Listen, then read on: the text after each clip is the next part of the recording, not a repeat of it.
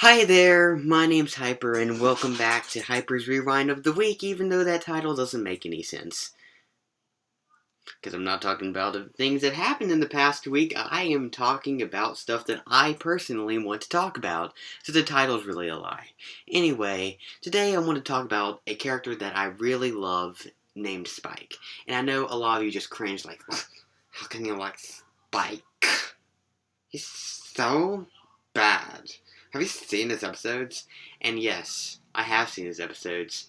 And in fact, I really like his episodes. And I'm not saying they're perfect. They have a lot of flaws.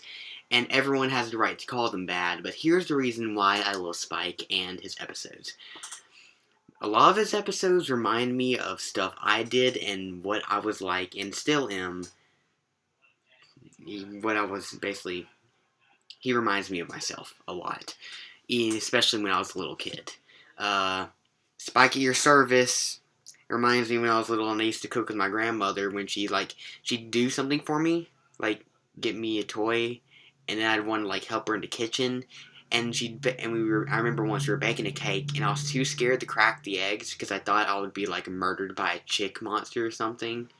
Probably not that. I was just scared to crack them, but so I ended up like getting freaked out by the eggs, and then I was talking to her the whole time she was cooking. It really didn't help her at all, but I thought it was helping. And then another thing that I think is the reason why I'm like Spike is that I've always been a person that loves to talk to females, um, because I've never been the one who has really understood the argument that oh, girls have nothing good to say.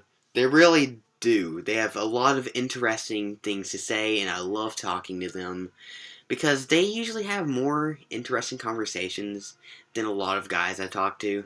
I mean, don't get me wrong, I have interesting conversations with everyone, but I'm just saying, I really like talking to girls too. And, uh, another thing is that, when I was younger, and still today, well, not as much as I was when I was younger, but, as a little kid, I was very, like, in touch with my feminine side, you could say. I liked playing baby dolls and all that stuff, and baking cakes, as I said earlier, all that you expect, like, little girls to like. I liked all that stuff because it's cool to do. And if you like little girl stuff, like I do, My Little Pony, yay. And yeah, just I guess that should have been a sign of that I was going to become a brony. When I was like 6, and I took like this little chinchilla doll and put a diaper on it and pretended it was my baby. Yeah, I was weird. Still am. But hey, no one would have any personality if we weren't all a little weird. And, but anyway, on to the next point. The final thing that made me like Spike is until I was like 13 years old, I kept even like from the time I was like 7 to 13 years old, I kept getting crushes on girls who were like a senior and stuff like Spike with Rarity, and they'd always think I was adorable, but for obvious reasons, they didn't want like to date me because, well, as a little kid, your mind doesn't go to date; it goes to like kiss.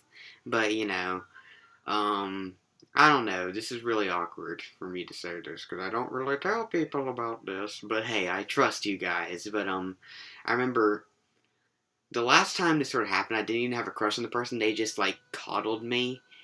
And even though I was taller than them, you're like, oh, you're like an adorable puppy dog. You're so sweet. It was just like, this is awkward, but I enjoy calling me adorable. That's really nice. Thank you. And yeah, I just really, really, really enjoy Spike's character. But anyway, I hope you enjoyed all that awkwardness, and feel free to make fun of me.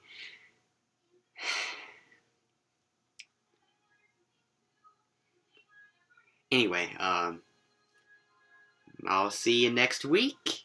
or if I'm making another comedy video, because the Fluttershy one, Dead to Me, was sort of a surprise. It just made up after I saw the episode, and don't worry, I still love Fluttershy, but anyway, bye.